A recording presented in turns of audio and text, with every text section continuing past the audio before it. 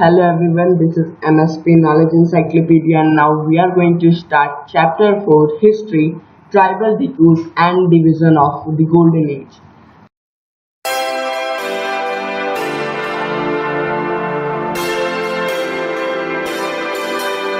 So now let's start.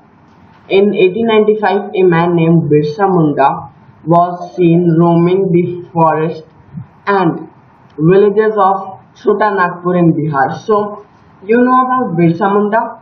He was a great philosopher, as you can say. He introduced a age of golden age to the tribals of his area and make a huge team of followers and forced the Britishers to ban the forest law. Now let us study about him. So Birsa himself was declared that God had appointed him to save his peoples from trouble, free them from the slavery of Dikus. So in that time, Dikus means the outsiders. So who were the outsiders at that time?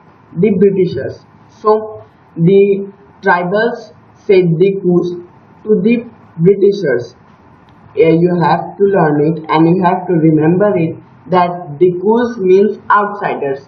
And now Birsa declared himself as a appointment man from the God who sent him to make his people great and save him from the trouble. Now Birsa was related to the Mundas family. He was born in a Munda family. Now, but his followers include other tribals of the region, Santhals and Oraons. So he was not popular in the Mundas only. He was popular in Santhals and Oraon tribals also. So in that time, tribals were unhappy and facing problems from the Britishers. And the British was introducing new rule which make the tribals very poor and give them many problems, as well as they have a very small amount of happiness in their life because they lived in forest and they have to face many problems from wildlife also. Now most tribes had customs and rituals that were different from those laid down by Brahmins. So the tribals were also facing many problems from Brahmins also. Now, how did tribal group live? So at that time, the tribals group were facing many problems. So how they live? So in forest, they do jhum cultivation. So they were also known as jhum cultivators. Some tribals do this practice. So what they do is they shift from one land to another land in the search of a good fertile field. So if they found it, they grow the crop in that field, and after that, when it was harvested, they go to another. And when the soil become fertile, they burn it. After harvesting, they burn the chaff in the field. That will make the soil increase the soil fertility. And after that, many years they come back to the field and then grow the crop again. It leads to increase the soil fertility because continuous growth of plants and crops will decrease the soil fertility. So they make some time and they make some difference in the crops. So that's why the shifting cultivation is a good method to prevent the soil infertility, as you can say. Now I am telling you the summary that shifting cultivation, you have simple word, shifting cultivation. So it was done in a small land, mostly in forest. So the cultivators, so the cultivator first cut the tree tops, so the sunlight, they allow the sunlight to reach the ground and burn the vegetation on the land to clear it for cultivation. Now they spread the ash from the firing, which contains potash, to fertilize the soil. They used the axe to cut trees and the hoe to scratch the soil in order to prepare it for cultivation. So it is simply mean that they move from one place to another place, and then after harvesting the crop, after harvest they cut the chaff and then separate it from grain and then burn it in the soil. So after 1 year the soil fertility will increase. Now fallow means if we left uncultivated for a while so that the soil recovers fertility. So its simply meaning is that. Now some were hunters and gatherers. So you have learned in class 6 that who were hunter and gatherers. Hunter means the hunters like who kill the animals and eat them, and gatherers mean who gather some food like the uh, fruits etc for future time. Now here's this mahua and sal. So what is it? They ate fruits and root collected from the forest and cooked food with the oil they extracted from the seeds of the sal and mahua. So they eat food and then they preserve it for future also. So here is a map, a political map of India. So you can see here is a Saharia Hill, one Gujars, Rathwa, Banjaras. These are the tribal groups which live in the country at that time. So you don't need to learn it, just remember some places like in this Santhal, Mundas, Oraon are important, and you have to learn where the uh, one Gujars live. So it is important. Now let's come to the another point. Some herded animals. So in order to live in the forest, they do many practices like jhum cultivation, hunting and gathering, and some of them are herded animals. So they make the use a useful animal as their pet, and after that like cows, so they will the cow will give milk to them, so it will be very helpful for them to drink milk and sell it also. So for example that they make camels as their pet, and after some time they in desert they take their they take their hump to contain water etc.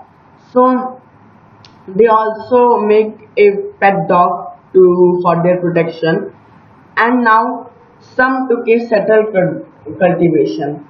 So after that the when jhum cultivation was banned under the British rule, so some of them wanted to settle in one particular area, and then they wanted to make some objects from the forest things and they sell them to the market. Now they live in the one place which is also known as permanent settlement, and they grow some crop there and they live there. They make permanent houses and they live there. Now how did colonial rule affect tribal lives? So how did the tribals get affected by the Britishers? So let's understand what happened to the tribal chiefs. So after the British rule, the tribal chiefs were disappointed, so uh, they can in previous time they have their own police and they control the administrator in their village, but after the colonial rule they were not allowed to do any official things, and they have given some houses and labors also, but they are not allowed to interact and to interface between the officials and the Britishers. So now groups to settle down and become peasant cultivators.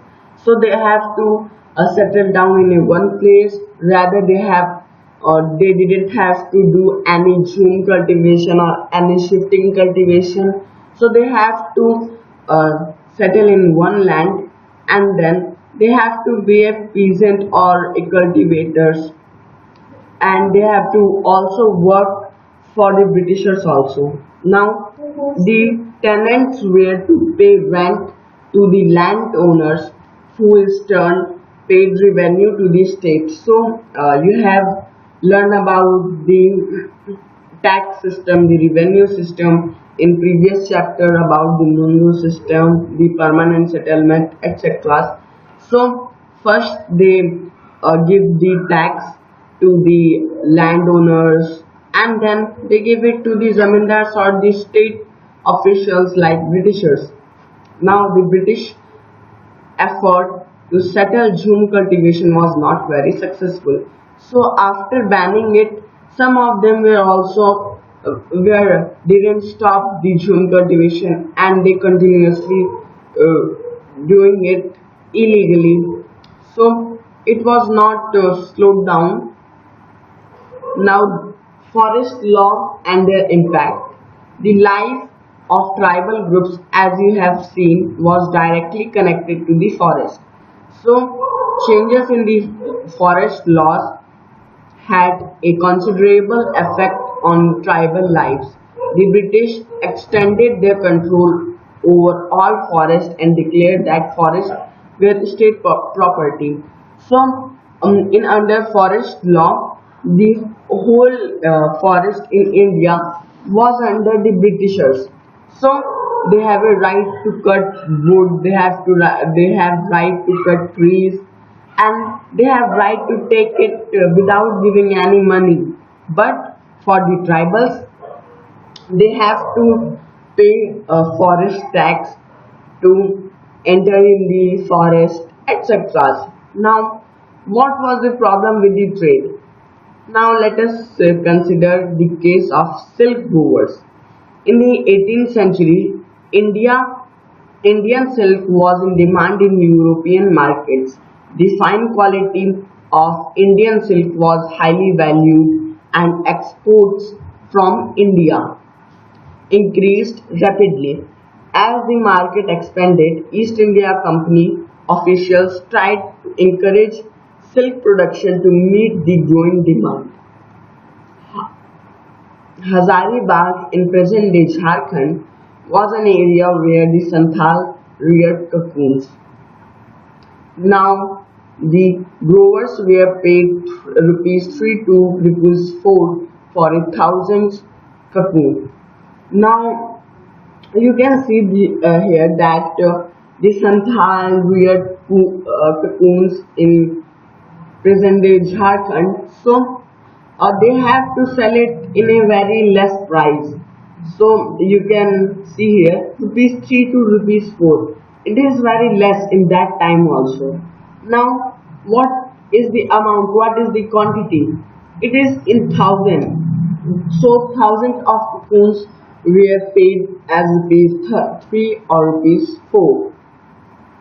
Now after the shifting cultivation ban, some of the tribals wanted to work in the coal mines and etc. because in Jharkhand and the other regions near Jharkhand have a large deposit of coal, and in that areas tribals were mostly live.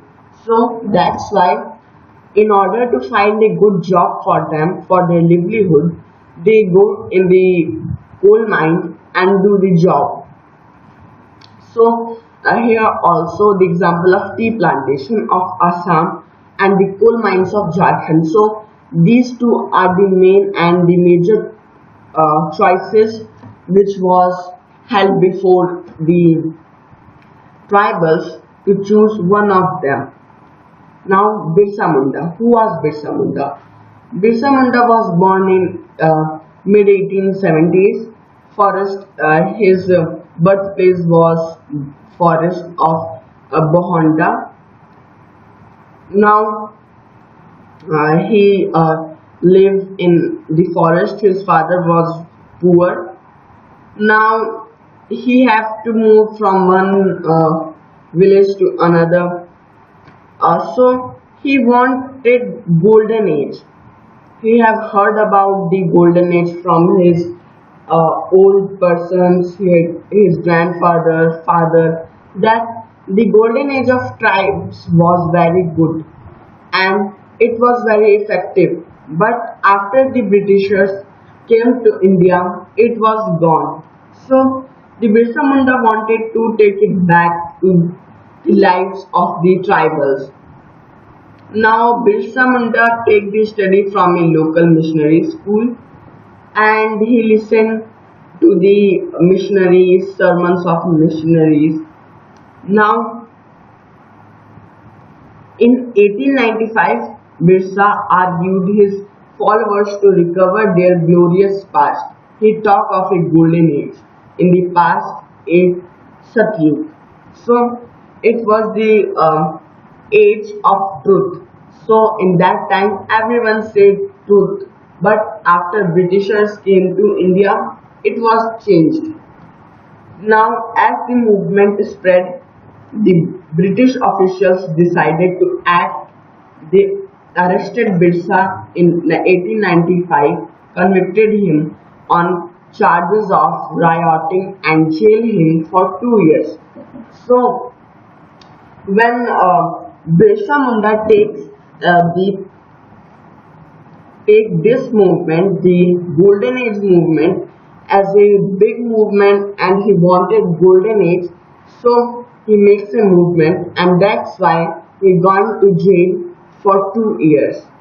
So, when Birsa was released in 1897, he began touring the villages to gather support. So he moved from one village to another to gather some support from the tribals, and he wanted to destroy the Europeans and send them to their country as well.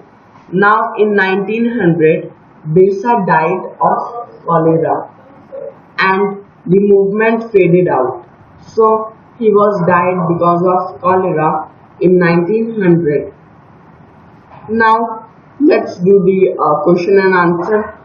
So here we will do fill in the blanks here, and then we will do true false, and after that we will do question answer in a PowerPoint presentation.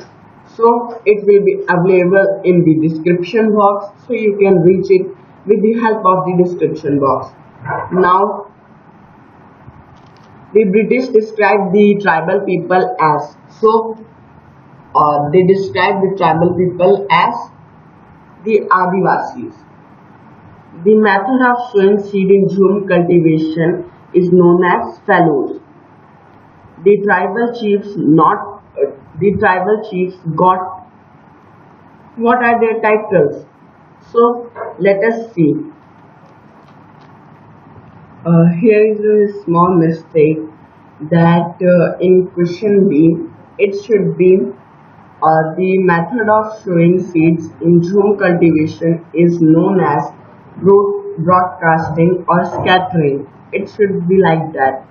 Now see, the tribal chiefs got land titles in central India under the British land settlements. Now the tribals went to work in the tea plantation of Assam and the coal mines in Bihar. So in question A also you can write the British described the tribal people as wild and savage. Now, state the true false. Jhum cultivator plow the land and sow sheep. So it is false. Now, cocoons were bought from the Santhals and sold by the traders at 5 times the purchase price. So it is true. Birsa argued his followers to purify themselves, give up drinking liquor, and stop believing in witchcraft and sorcery. So it is also true. Now, the British wanted to preserve the tribal way of life. It is false. It is totally false. Now, we will do question answers in a PowerPoint section. So, to reach this video, you have to go in the description box. So, thanks for